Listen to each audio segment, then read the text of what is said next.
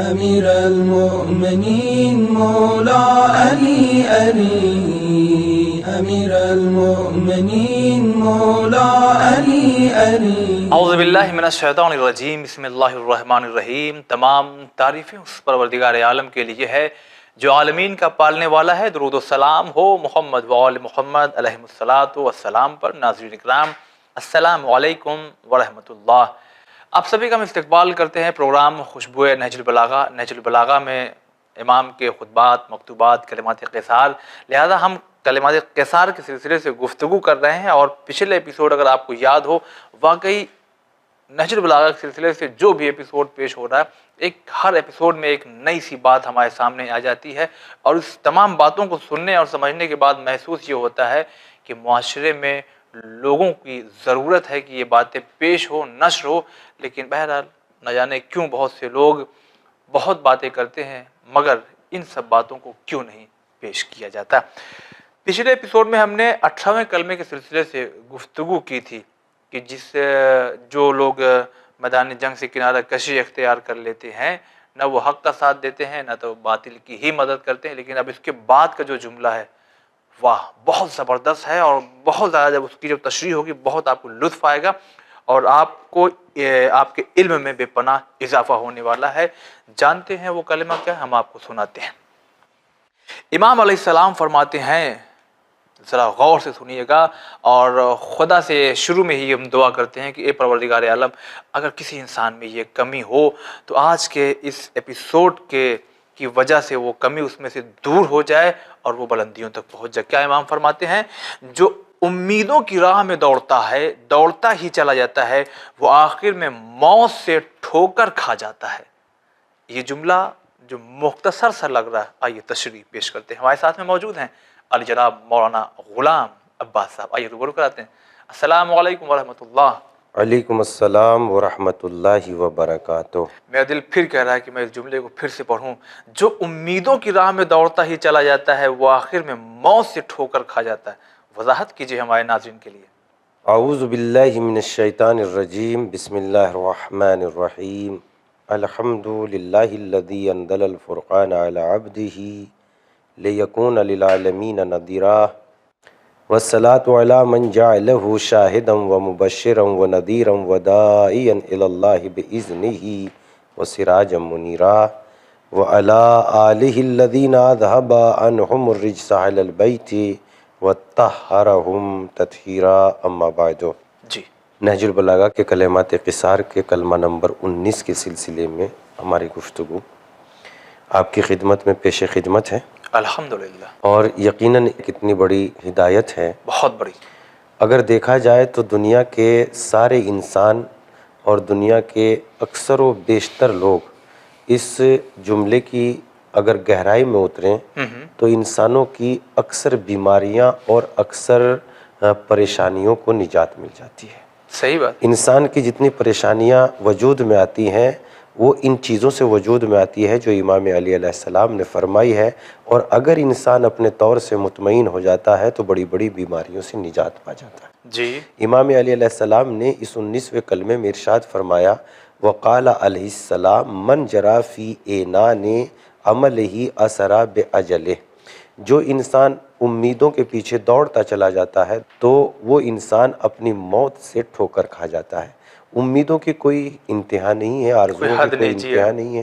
آرزوئیں جب انسان میں بہت زیادہ جوان ہو جاتی ہیں تو آرزوؤں کی راہوں میں انسان نہ زندگی کو اہمیت دیتا ہے اور نہ انسان موت کو یاد کرتا ہے، اس لیے کہ جب آرزوئیں لمبی ہوتی ہیں، امیدیں لمبی ہوتی ہیں تو انسان میں زندہ رہنے کی آرزو بھی بڑھ جاتی ہے، اس لیے کہ زندگی کے ذریعے سے تو انسان اپنی آرزو تک پہنچ سکتا ہے، اور جب انسان میں آرزو ہی نہیں ہے تو زندگی ہی نہیں ہے تو آرزو کیسے حاصل کر لے گا؟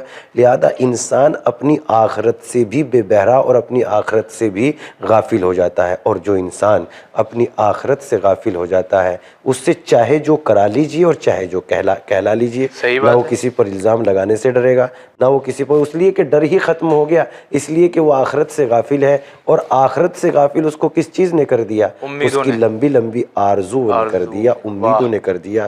دنیا میں آج اکثر و بیشتر لوگ جو مصیبت اور پریشانی اور بیماریوں کا شکار ہے۔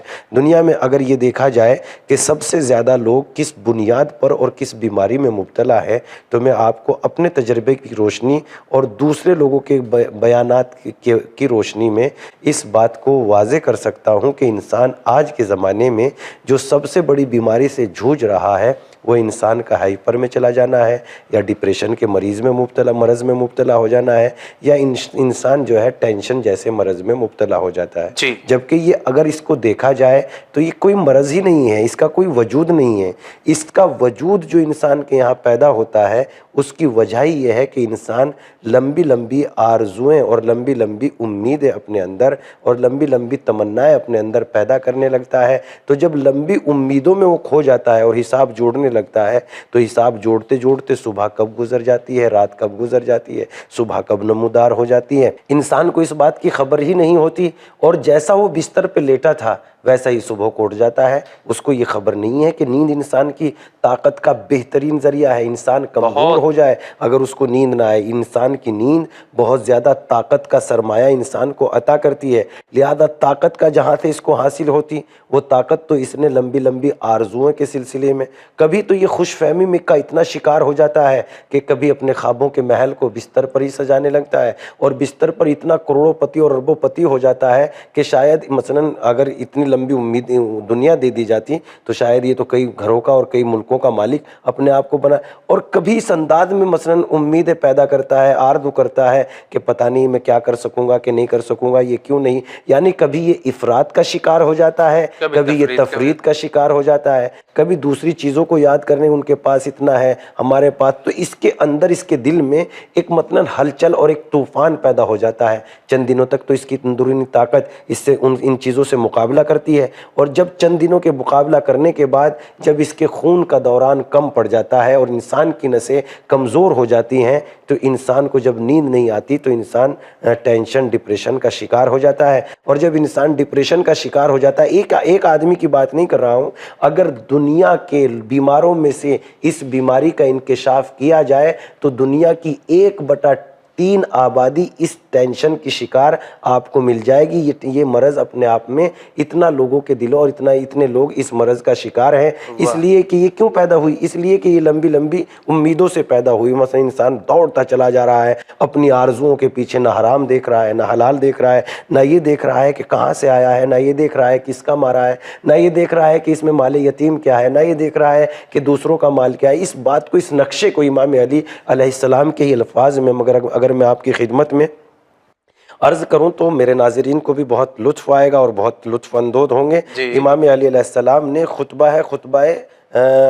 اشباح، نہج البلاغہ میں جو خطبہ اشباح ہے اس میں دنیا اور دنیا کی حقیقت کو امام علی علیہ السلام نے جو بیان کیا ہے، خدا کی قسم اگر انسان کے دل میں یہ حقیقت، انسان کے دل میں اگر یہ چیزیں، خدا کی قسم اگر انسان کے دل میں یہ چیزیں مثلا اتر جائے اور انسان کا دل روشن ہو جائے کلام سے اور انسان کا دل بیداری حاصل کر لے تو انسان کو اندازہ ہوگا کہ امام علی علیہ السلام نے کس طریقے سے انسان کی زندگی کا ایک پورے کا پورا نقشہ اتار کے چند لمحوں میں ایسا رکھ دیا ہے کہ انسان کا اس سے زیادہ کوئی حقیقت ہی نہیں ہے۔ مثلا امام فرماتے ہیں کہ پروردگار عالم نے تجھے اس مختصر سے قطرے کے ذریعے سے جو صلب پدر سے خارج ہوتا ہے اور رحم مادر میں جگہ اپنی مستقر ہو جاتا ہے، پروردگار عالم نے اتنی بے قدر و قیمت چیزوں سے ہمیں پیدا کیا، اور جب پیدا کیا تو ہم ماں کے شکم میں پلے بڑھے، پروردگار عالم نے عجب شکل ہماری تیار کرتا چلا گیا، کبھی مضغہ بنایا، لوتھڑا بنایا، خون کا یہ سب، اور جب ہماری پوری مکمل صورت تیار ہو گئی،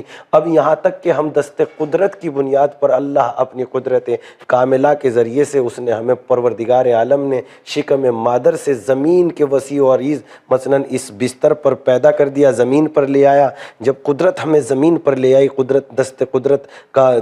قدرت ہمیں جب زمین پہ لے آئی شکم مادر سے، تو یہاں تک کہ نہ ہمارے ہاتھوں میں طاقت تھی، نہ ہمارے پیروں میں طاقت تھی، نہ ہمارے سر میں طاقت تھی، بول نہیں سکتے تھے، کہہ نہیں سکتے تھے، سمجھ نہیں سکتے تھے، بس صرف اور صرف اگر اگر ہمارے پاس غذا حاصل کرنے کا بھی ذریعہ تھا تو وہ ایک طریقے کی وہ رونا ہی تھا، فریاد ہی تھی۔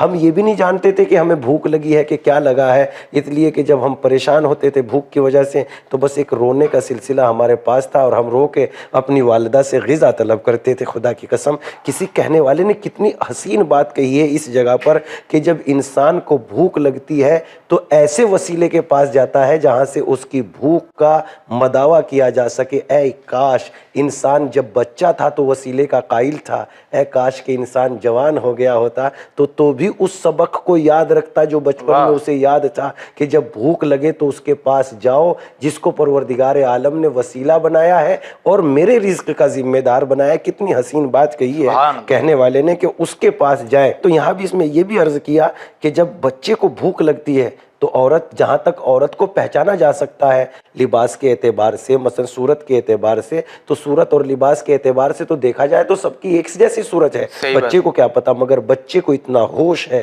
کہ میری یہ آرزو کہاں سے پوری کی جائے گی، وہ ماں کے ہی دامن کو پکڑتا ہے، جا کے کسی اور کے دامن کو نہیں پکڑتا۔ جب پروردگار عالم نے ہمارے لیے وسیلے کا انتظام کر دیا ہے تو ادھر جا دے، ادھر جائے اور یہاں پہنچ جائے اور وہاں چلے جائے اور یہاں گر جائے وہاں گر جائے، ان سے وسیلہ کیوں نہیں کرتے جن کو پروردگار عالم نے روز اول وسیلہ بنایا ہے، اور وہ ذوات مقدسہ ہے محمد و آل محمد علیہ السلام کی ذات۔ ان کے وسیلے سے آپ پروردگار عالم کی بارگاہ میں مانگیے، ان سے نہیں مانگیے۔ شریعت مقدسہ یہ نہیں کہتی کہ ان سے مانگیے، ان کے وسیلے سے مانگیے۔ اور یہ حکم بھی دیا گیا، مثلا جیسے آپ دعا میں پڑھیں گے، امام جعفر صادق علیہ السلام نے فرمایا کہ دیکھو ایسا کرو، جب تم دعا کو یہ چاہتے ہو کہ قبول ہو جائے تو دعا حاجت، اپنی حاجت رکھنے سے پہلے اور اپنی حاجت رکھنے کے بعد پہلے 3 مرتبہ صلوات پڑھ لیا کرو، اور جب اپنی حاجت پیش کر لو اس کے بعد 3 مرتبہ پھر درود پڑھ لیا کرو، اس لیے کہ صلوات ضروری ہے کہ وہ قبول ہوگی، رحمت پروردگار عالم کی بارگاہ میں پہنچے گی۔